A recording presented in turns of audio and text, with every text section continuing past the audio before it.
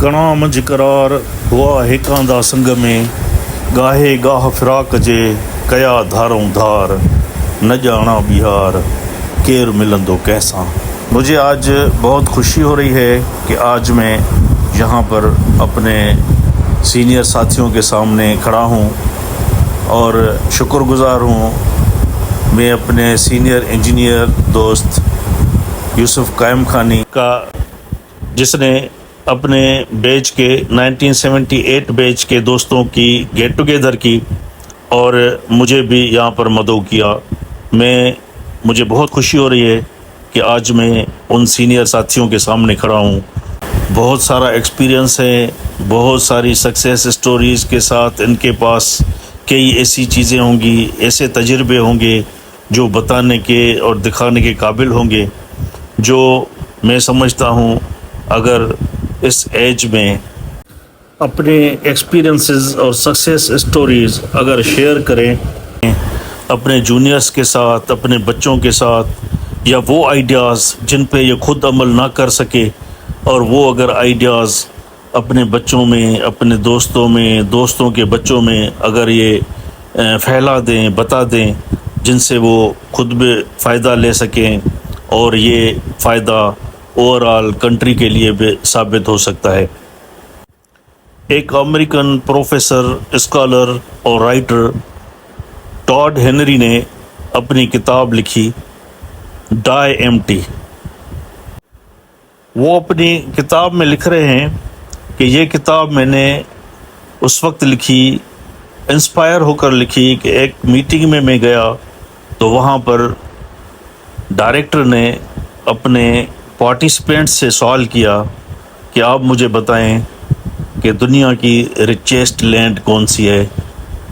तो पार्टिसिपेंट्स में से हर एक ने अपने अपने विज़न, अपनी अपनी सोच के मुताबिक जवाबात दिए। किसी ने कहा कि वो लैंड है अफ्रीका की जहाँ पर गोल्ड और डायमंड्स के माइंस हैं, और किसी ने कहा कि गल्फ़ की ज़मीन जहाँ पर ऑयल एंड गैसेस हैं।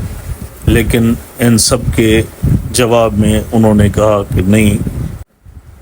सारे पार्टिसिपेंट्स खामोश हो गए और इन्होंने जवाब दिया कि वो है ग्रेव यार्ड। दुनिया की रिचेस्ट ज़मीन ग्रेव यार्ड है, जहाँ पर करोड़ों लोग तदफीन हुए हैं, जो अपने साथ कई एक्सपीरियंसेस, कई आइडियाज़ अपने साथ लेकर दफन हो गए, लेकिन उन आइडियाज़ पर ना खुद अमल कर पाए, ना वो किसी को शेयर कर सके, और वो अपने सारे एक्सपीरियंसेस, सारे आइडियाज़ साथ लेकर कब्रिस्तान में चले गए, जिसका किसी को फ़ायदा नहीं हुआ। इसी बात को लेकर ऑथर ने पूरी किताब लिख दी, डाई एम्प्टी। टॉड हेनरी कह रहे हैं कि जानिए कि ज़िंदगी महदूद है, इसको बामाना बनाएं, अपनी सलाहियतों को दरियाफ्त करें और उसकी मदद से ज़िंदगी गुजारें। अपनी कार्रवाई करने को तरजीह दें ताकि अपने गोल हासिल कर सकें। इन्होंने बहुत ज़्यादा रिसर्च की और उसके हवाले से काफ़ी सारी चीज़ें इसने बताई। अपने मकसूद, अपने मकासद के मुताबिक ज़िंदगी गुजारें, गैर ज़रूरी ज़िंदगी ना गुजारें, उसे अवॉइड करें, अपने काम और तावन के ज़रिए दूसरों पर मस्बत असर डालें। ये और सारी चीज़ें उन्होंने कही कि कंफर्ट जोन से निकलें। कंफर्ट जोन में आपको कभी भी कामयाबी नहीं मिलेगी। तरक्की हमेशा कंफर्ट जोन से बाहर निकलने से मिलती है। अपने इल्म और महारत को दूसरों में बांटें, अपने गोल सेट करें जिनको अपनी सलाहियतों के मुताबिक हासिल करें। हर तजुर्बे से सीखें। हर तजुर्बा कोई आपको कामयाब करेगा, कोई किसी तजुर्बे में आप कामयाब ना भी होंगे, लेकिन तजुर्बा करते रहें, हर तजुर्बे से सीखते रहें। अपनी नाकामियों से भी सीखें। ऐसे नहीं है कि आपने सिर्फ तजुर्बे किए, कामयाब हुए तो ठीक है, नाकाम हुए तो फिर मायूस हो गए।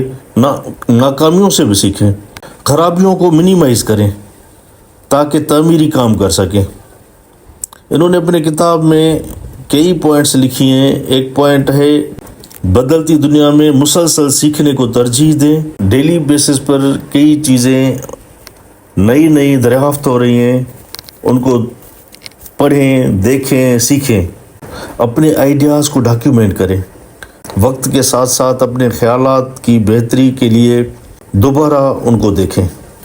اپنے آپ پر انویسٹ کریں، ٹائم کی انویسٹ کریں، ریسورسز کی انویسٹمنٹ کریں، تاکہ آپ کی اپنی پرسنل ڈیولپمنٹ ہوتی رہے. زندگی ایسے گزاریں تاکہ ہر دن کا زیادہ سے زیادہ فائدہ ہو. تو یہی ہے باتیں جو انہوں نے کہی.